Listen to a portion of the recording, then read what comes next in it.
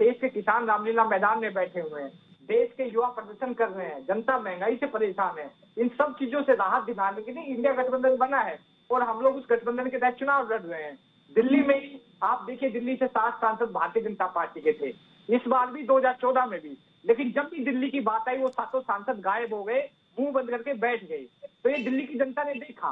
अब दिल्ली में आम आदमी पार्टी पंजाब में ये अलायंस क्यों नहीं हो पाया देवेंद्र? चुनाव लड़ रही है देवेंद्र जी, पंजाब में साफ है, पंजाब में हम लोग अलग अलग चुनाव लड़ रहे हैं क्योंकि भारतीय जनता पार्टी को जगह देने का कोई वो हम नहीं चाहते इनकी कोई जगह बने, क्योंकि इनकी कोई गुंजाइश नहीं है। पंजाब में भारतीय जनता पार्टी जीरो थी, जीरो रहेगी। पंजाब में भारतीय जनता पार्टी का कुछ नहीं होना है। दिल्ली में इनके 7 सांसद थे, वो दिल्ली में भी इनके सांसद हारने जा रहे हैं और हार के डर से भारतीय जनता पार्टी ने अपने सांसदों के टिकट काट दिए हैं।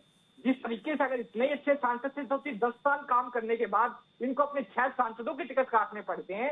ये बता दी कि दिल्ली में भारतीय जनता पार्टी के सांसदों ने निकम्मापन, नाकारापन की हर हद पार कर दी थी। दिल्ली में इस बार भारतीय जनता पार्टी जिनको चुनाव लड़ी उनका आप हालात देख लीजिए। 2 पूर्व मेयर है जिन्होंने एमसीडी में कुछ कामकाज नहीं किया, एमसीडी का बंटाधार कर दिया, उनको भारतीय जनता पार्टी लड़वा रही है। एक जो नीरव मोदी, दलित मोदी जैसे भगोड़े जो देश छोड़ के भागे, उनके वकील को भारतीय जनता पार्टी चुनाव लड़वा रही है। महिलाओं का अपमान करने वालों को भारतीय जनता पार्टी चुनाव लड़ रही है और लड़वा रही है। तो आम आदमी पार्टी दिल्ली के स्वाभिमान के लिए चुनाव लड़ रही है, दिल्ली की जनता के लिए चुनाव लड़ रही है और भारतीय जनता पार्टी दिल्ली, पंजाब तमाम जगह पे चुनाव हारने जा रही है। लोग सिर्फ नारेबाजी कर रहे हैं। जनता की हकीकत जनता जानती है। अगर जनता जो पीड़ित जो है उसका दर्द ये लोग कभी समझ नहीं पाए। इनके सांसद घरों से बाहर निकले नहीं। मोदी जी ने खुद के मन की बात की, जनता के मन की बात कभी सुनी नहीं। अगर इतनी कमी भारतीय जनता पार्टी में है तो साल 2014 में आपने देखा था भारतीय जनता पार्टी को बम्पर जीत मिली थी। साल 2019 में फिर जनता नकार देती भारतीय जनता पार्टी को।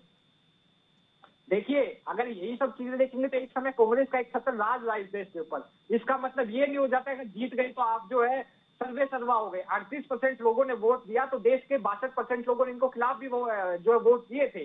ये कोई वो आंकड़ा नहीं हो जाता कि जिससे ये साबित कर दे के लोग सही हैं। आज जीत लोकतंत्र में चलती रहती है, लेकिन देश की जनता की सुनी जानी चाहिए। आज देश के किसान 700 किसान कितनी बार शहीद हो गए, आप वो सुने हुए रामलीला मैदान में बैठे हुए हैं। पाकिस्तानी और बांग्लादेशियों की लोग सुनने को तैयार है, उनको देश में लाकर के रोजगार देने को तैयार है।